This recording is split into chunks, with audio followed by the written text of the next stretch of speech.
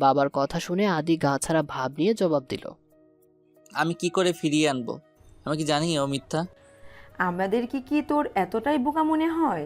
আদিবা হারিয়ে যাবে আর তুই শান্ত মনে বাসায় বসে থাকবি, এটাও বিশ্বাস করতে হবে? তুই যদি না জানতি আদিবা কোথায়, তাহলে এতক্ষণে সারা শহর মাথায় করে ফেলতি। এভাবে এমনভাবে বলছো যেন আদিবা আমার প্রেয়সীর, তার জন্য আমাকে দেওয়ানা হয়ে যেতে হবে। না, আমি সে কথা বলিনি।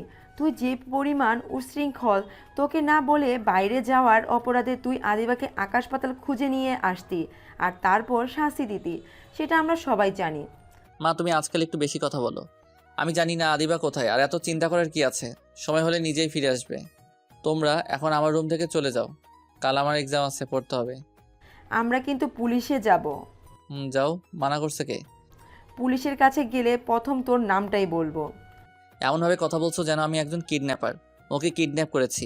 মা, ফালতু কথা বাদ দিয়ে যাও তো এখান থেকে, আমার আর ভালো লাগছে না এসব। আদিত্য সবাইকে বের করে দিয়ে দরজা লাগিয়ে দিল। সবার নির্ঘুম রাত একটা কাটল। সারা রাতেও আদিবা বাসায় ফেরেনি। ভোরবেলা বাসায় কাজের মহিলা দৌড়াতে দৌড়াতে বাসার ছাদ থেকে নিচে নেমে আসলো। খালুজান, জলদি ছাদে চলেন, আদিবা আফামনি ওখানে অজ্ঞান হয়ে পড়ে আছে। কথাটা শোনা মাত্র সবাই ছুটল ছাদের দিকে। ছাদে গিয়ে সবার চোখ চড়ক গাছ।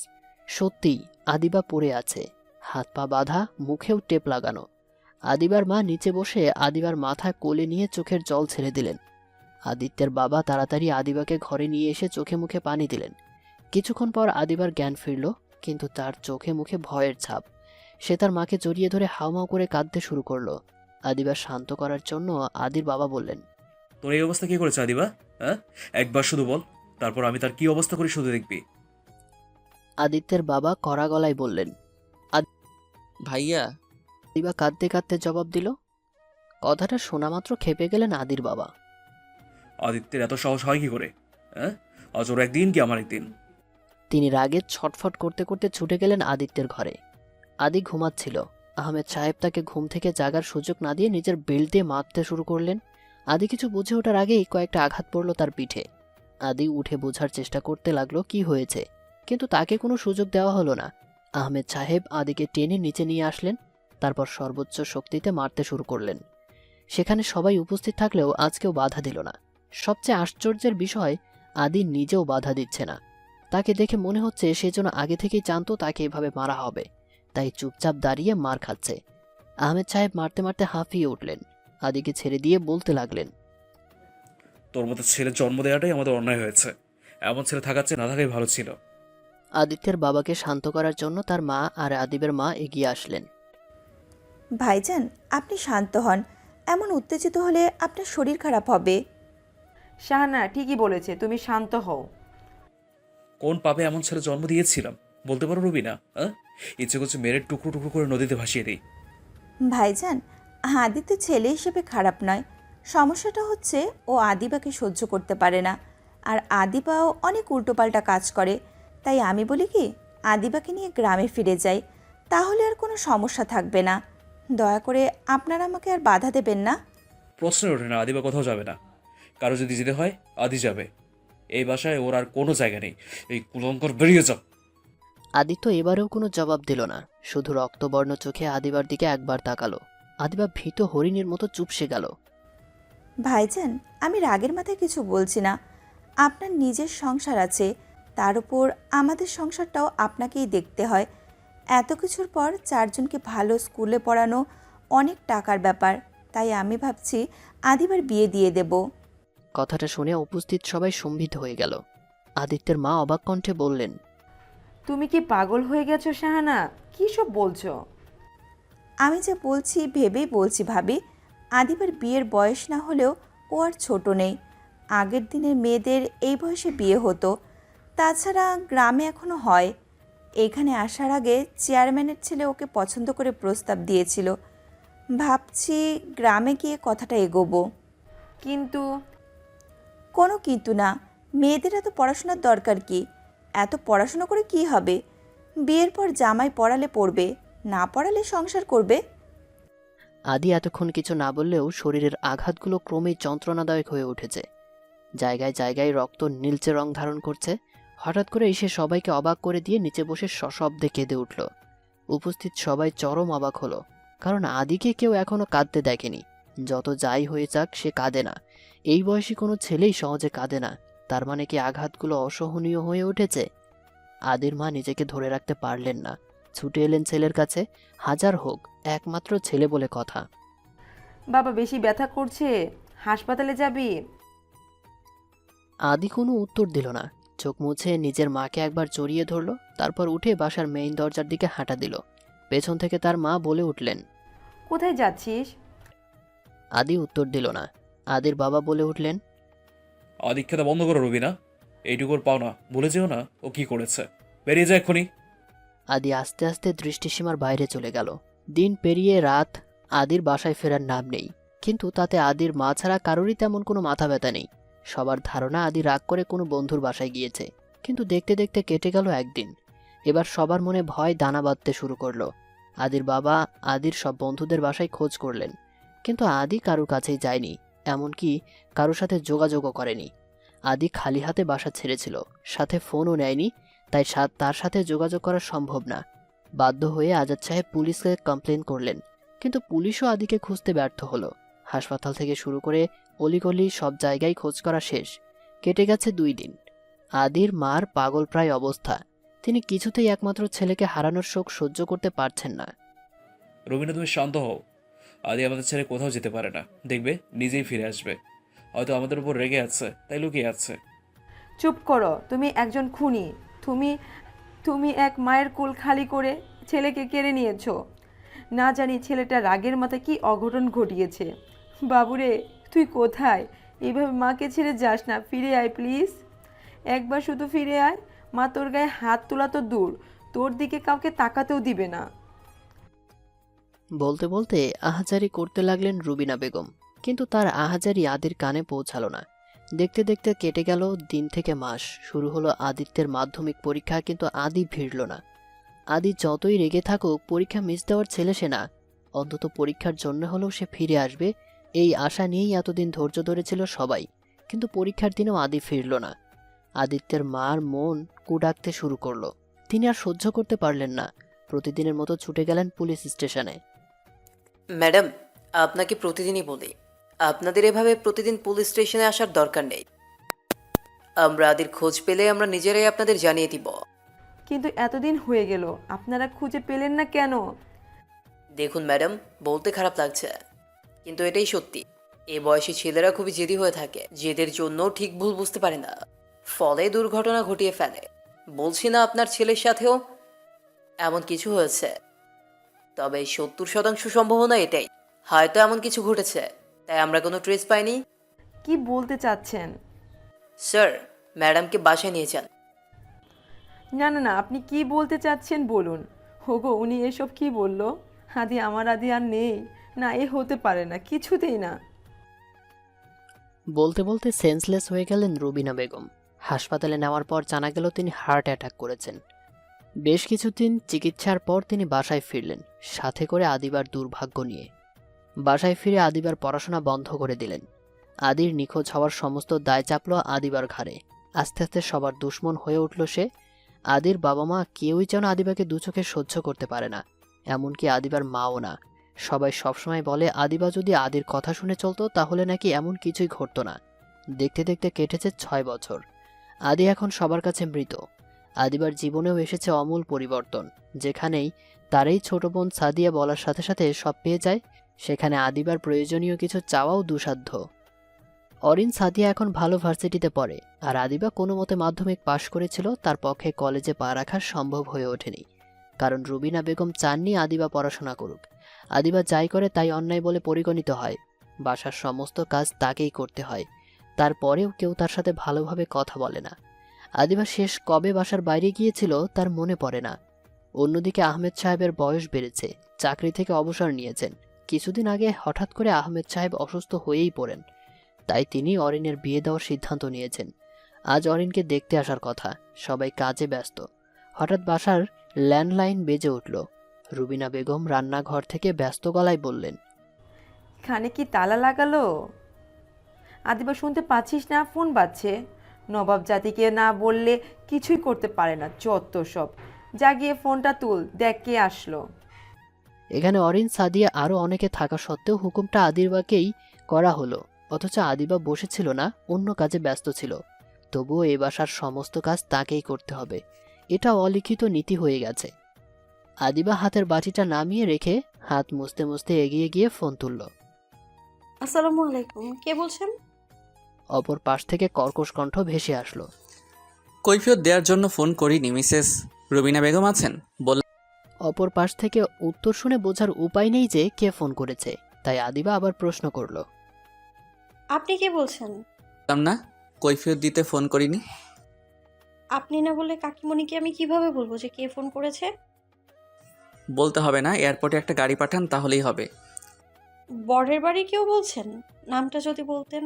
আসলে আমি যদি গাড়ি পাঠানোর কথা বলি, আমাকে সবাই প্রশ্ন করবে কার জন্য গাড়ি পাঠাচ্ছি। আদিত্য আহমেদ। কোনো এককালে আমার নাম ছিল আদিত্য আহমেদ, কিন্তু এখন আর সেই নাম নেই, নামটা বদলেছে। আমি আদর চৌধুরী বলছি। রুবিনা বেগমকে নামটা বলুন, হয়তো চিনতে পারবে। নামটা শুনে আদিবার হাত থেকে ফোনটা পড়ে গেল। আদিবার সারা শরীর কেঁপে উঠল। সে নিজের কানকে বিশ্বাস করতে পারছে না। যার মৃত্যুর জন্য সে এতদিন ধরে অসহনীয় যন্ত্রণা সহ্য করছে, সেই আদি বেঁচে আছে। এই খবরটা তার জন্য নতুন জীবন পাওয়ার মতো ঘটনা। নিজের অজান্তেই চোখ থেকে দুফোঁটা অশ্রুজল গড়িয়ে পড়ল।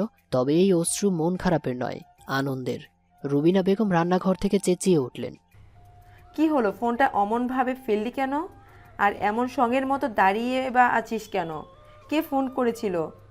আদিবা বলতে চেয়েও বলতে পারছে না, সবকিছু যেন গুলিয়ে যাচ্ছে, তার হাত পা কাঁপছে। এমন আদিত্য দাগ করছিস কেন? আদিবা আমতা আমতা করে জবাব দিল। কাকিমণি, কাকিমণি, ভাইয়া বেঁচে আছে। কি? আদি ভাইয়া বেঁচে আছে কাকিমণি, ভাইয়া বাসায় আসছে। বলেই কেঁদে উঠল আদিবা। আদিবার কথা শুনে ঘরে উপস্থিত সবাই চমকে উঠল। রুবিনা বেগম দাঁড়ানো থেকে ধপাস করে মাটিতে বসে পড়লেন। আহমেদ সাহেব ছুটে আসলেন। তুই সত্যি বলছিস আদিবা? সত্যি বলছি, ভাইয়া এয়ারপোর্টে গাড়ি পাঠাতে বলেছে। শোনামাত্র আহমেদ সাহেব গলা ছাড়লেন। কে কোথায় আছিস? এয়ারপোর্টে এক্ষুনি গাড়ি পাঠা। না না, গাড়ি পাঠালে হবে না, আমি নিজেই যাবো আমার ছেলেকে আনতে। বলতে বলতে তিনি যে অবস্থায় ছিলেন সে অবস্থাতেই ছুটলেন এয়ারপোর্টে। রুবিনা বেগম নিজের ঘরে গিয়ে নামাজে বসে গেলেন। মুহূর্তেই বাসার পরিবেশ বদলে গেল। বাসায় যে বিয়ে ছিল সবাই যেন তা ভুলে গিয়েছে। সবার এখন একটাই লক্ষ্য, আর সেটা হলো আদি। সারা বাড়িতে আদিকে বরণ করার তোড়জোড় চলছে। রুবিনা বেগম ছেলের জন্য রান্না শুরু করেছেন। অরিন, সাদিয়া আদির রুম গোছগাছ করছে। আজ প্রায় 6 বছর পর বাসায় ফিরছে আদিত্য। বাসার সবাই তাতে ভীষণ রকমের খুশি। প্রথম দিকে আদিবা খুশি থাকলেও সময় যত বাড়ছে আদিবার ভয়টা তত বাড়ছে। ভয় তার প্রায় নিঃশ্বাস প্রায় বন্ধের উপক্রম হয়েছে। হবেই না বা কেন? আজ থেকে 6 বছর আগে যে তার জন্যই বাসা ছেড়েছিল আদিত্য। সবাই জানে আদিকে তার বাবা মেরেছিল জন্য বাসা ছেড়ে গিয়েছিল, কিন্তু একমাত্র আদিবা জানে আদি কেন সেদিন তাকে এমন শাস্তি দিয়েছিল, আর কেনই বা বাসা ছেড়েছিল। আচ্ছা, এত বছর পরেও কি ভাইয়ার সেদিনের ঘটনা মনে আছে? ভাইয়ার হয়তো কিছুই মনে নেই, আমি শুধু শুধুই ভয় পাচ্ছি। কিন্তু ভাইয়া যে এরকম ছেলে, কোনো কিছু ভুলবার পাত্র তো সে না। আর যদি ভুলেই যেত তাহলে এতদিন পর বাসায় আসতো না, আর আগে ফিরে আসতো। আচ্ছা, ভাইয়া কি আগের মতোই আছে? সেই একরোখা জেদি, নাকি বদলেছে? কথার ধরন শুনে তো মনে হলো একটুও বদলায়নি। আদিবার ধ্যান ভেঙে অরিন চেঁচিয়ে উঠল। মা, দেখে যাও কে এসেছে। আদিবা চোখ তুলে তাকাতে রীতিমতো চোখ ধাঁধিয়ে উঠল তার।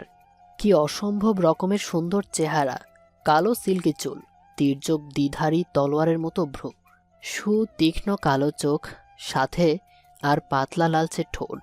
সবকিছু যেন একদম মেপে মেপে বসানো। মানুষ এত সুন্দর হতে পারে? ছেলেটি ঘরে ঢুকেই চেঁচিয়ে উঠল। আমি যখন ফোন করেছিলাম ফোনটা কে ধরেছিল? এত বছর পর বাসায় ফিরে কোথায় সবাইকে ভালো মন্দ জিজ্ঞেস করবে তা না, এত রাগ নিয়ে ফোন রিসিভকারীকে খুঁজছে। কিন্তু কেন? কি এমন অন্যায় করেছে সে? নিজের অজান্তেই ভয়ে কুঁকড়ে গেল আদিবা। 6 বছর পর আদিত্য বাসায় পা রাখল। সবার মাঝে আদিত্যকে দেখার আকুল প্রয়াস, কিন্তু আদি কারোর দিকে ফিরেও তাকায়নি। সোজা ঘরে ঢুকে সোফায় বসে পড়ল।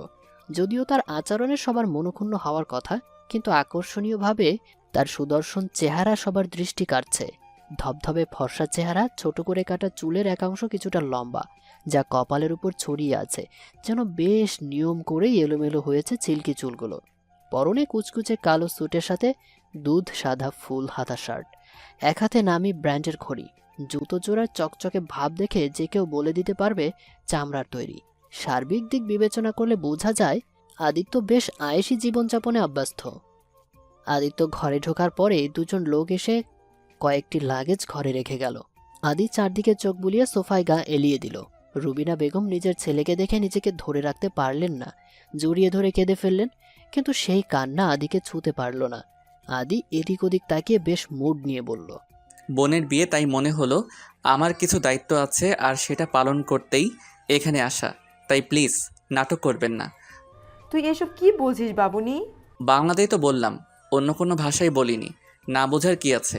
যাই হোক, এই বাসায় আমার একটা ঘর ছিল, সেটা কি এখনো আছে নাকি আমাকে হোটেলে যেতে হবে? বাবু তুই এখনো রেগে আছিস? আমি রাগ করি না, রাগ করতে পারলে হয়তো ভালো হতো। আদির কথা শেষ হওয়ার আগে অরিন ছুটে গিয়ে আদির পায়ের কাছে বসে পড়ল। ভাইয়া তুই এসেছিস ভাইয়া? আদি অরিনের দিকে তাকিয়ে মিষ্টি হাসল। আমার একমাত্র বোনের বিয়ে, আমি না এসে পারি বলো? কিন্তু তুই বোকার মতো কাঁদছিস কেন? তুই আমাদের ছেড়ে আর যাবি না তো? মুডের উপর ডিপেন্ড করছে। যদি মনে হয় এখানে থাকা উচিত তাহলে থাকবো, না হলে চলে যাব। যাই হোক, সবাই কেমন আছো তোমরা? সবাই ভালো আছে, তুই আগে একটু বিশ্রাম নিয়ে নে, তারপর অনেক কথা বলবো। বলে উঠে দাঁড়ালো। আদির পরনে থাকা কালো স্যুটটা খুলতে খুলতে বলল, ঠিক বলেছিস, সবার জন্য গিফট আছে, পরে সে দিচ্ছি কেমন? আমার জানা মতে আমাদের বাসায় একজন মহারানী আছেন, তা কোথায় তিনি দেখতে পাচ্ছি না কেন? আদির কথায় কারোরই বুঝতে বাকি রইল না সে আদিবার কথা জিজ্ঞাসা করছে। সবাই এদিক ওদিক তাকিয়ে আদিবাকে খুঁজতে লাগলো, কিন্তু আদিবা কোথাও নেই। দেখে সবাই অবাক হলো। আদিত্য অরিনের দিকে তাকিয়ে চোখের ইশারায় আবারও প্রশ্ন করলো, এখানেই তো ছিল ভাইয়া, এখন কোথায় যে গিয়েছে? আমি এক্ষুনি দেখছি। উনি কি জানেন না আমি আসছি? যাই হোক, তাকে 1 মিনিটের মধ্যে আমার রুমে দেখতে চাই, বুঝেছিস? বলেই হন হন করে নিজের ঘরের দিকে চলে গেল আদিত্য। অরিন আদিবাকে খুঁজতে খুঁজতে রান্নাঘরের দিকে গিয়ে দেখলো বাইরের কার্নিশে দাঁড়িয়ে আদিবা কাঁদছে। বুঝেও না বোঝার অভিনয় করে অরিন গিয়ে বলল, কিরে এখানে দাঁড়িয়ে কি করছিস আদিপা? ভাইয়া এসেছে জানিস না? আদিবা তাড়াতাড়ি চোখ মুছে জবাব দিল, কিছু করছি না আপু। ভাইয়া তোকে ডাকছে, তাড়াতাড়ি যা। কিন্তু আপু, কোনো কিন্তু না, তাড়াতাড়ি যা, ভাইয়াকে তো চিনিস, কথা না শুনলে। অরিনের কথা শেষ না হতেই রুবিনা বেগম চেঁচিয়ে উঠলেন, কই রে মুখ পড়ি, ছেলেটা কখন থেকে ডাকছে শুনতে পাচ্ছিস না? এখনই শরবত নিয়ে আয় যা। আদিবা এবার আর কথা বাড়াতে পারল না, তাড়াতাড়ি শরবত নিয়ে গেল আদিত্যের ঘরে। আদিবার যথেষ্ট সংকোচ বোধ হচ্ছে। এতদিন পর কিভাবে আদির সামনে দাঁড়াবে ভাবতে ভাবতেই এগিয়ে গেল। আদি ঘরে নেই, হয়তো ওয়াশরুমে গিয়েছে, তাই আদিবা ফিরে আসবে কি আসবে না ভাবছিল। তখনই ওয়াশরুমের দরজা খুলে বেরিয়ে এলো আদিত্য। খালি গা, পরনে সাদা টাওয়াল, হাতে আরও একটি টাওয়াল দিয়ে সিল্কি চুল মুছতে মুছতে এগিয়ে আসলো আদি। আদিবা একবার তাকিয়ে তাড়াতাড়ি মুখ ঘুরিয়ে নিল। আদিবার হাত কাঁপছে। কোনো মতে শরবতটা রেখে বলল, আপনার শরবতটা। আদিত্য ভারী গলায় প্রশ্ন করল, আমি চলে আসায় খুব অসুবিধা হয়েছে মনে হচ্ছে। মানে? এত বড় ঘুমটা দিয়েছিস কোন দুঃখে? না মানে, আমি তোর মুখ দেখে ফেললে মুখে ফোসকা পড়বে, আমি কি তা বলেছি? তাহলে আমি বাকি সব কিছু খুলে নেওয়ার আগে ঘোমটাটা খোল। আদির কথা কানে ঢুকলেও মাথায় ঢোকেনি আদিবার, তাই পাথরের মতো দাঁড়িয়ে আছে দেখে আদিত্য এগিয়ে এসে এক টানে ওড়নাটা ফেলে দিল। দুধে আলতা গায়ের রং, লম্বা চুলে বেনুনি করা, অল্প কিছু এলোমেলো হয়ে ছড়িয়ে আছে এদিক ওদিক। ভীত হরিণীর মতো টানাটানা চোখ দুটো ভয়ে পরিপূর্ণ, পটল ছেঁড়া ঠোঁট দুটি বারবার কেঁপে উঠছে। আদিত্য আদিবাকে পা থেকে মাথা পর্যন্ত একবার দেখে নিয়ে বলে উঠল, এত খারাপ দেখতে হবি ভাবিনি। মানে? এই জন্যই এতদিনও বিয়ে হয়নি, তাই না? আদিবা উত্তর দিল না, শুধু তাকিয়ে রইল। বলছি, ছোটবেলায় তো দেখতে ভালো ছিলি, এখন এমন হয়েছিস কেন? আমি এখন যাই ভাইয়া। বলেই আদিত্য এক অসম্ভব কাণ্ড ঘটিয়ে বসল হুট করে এসে আদিবাকে জড়িয়ে নিয়ে ঠোঁটে ঠোঁট মিশিয়ে দিল। আদিবা ছাড়া পাবার প্রচেষ্টা চালিয়ে ব্যর্থ হলো। বেশ কিছুক্ষণ পর আদিত্য নিজেই আদিবাকে আলগা করে দিয়ে বেশ ধীরে সুস্থে বিছানায় বসলো। আদিবা ছাড়া পেয়ে ফোঁপাতে লাগলো, চোখ দিয়ে এই বুঝি পানি গড়িয়ে পড়বে।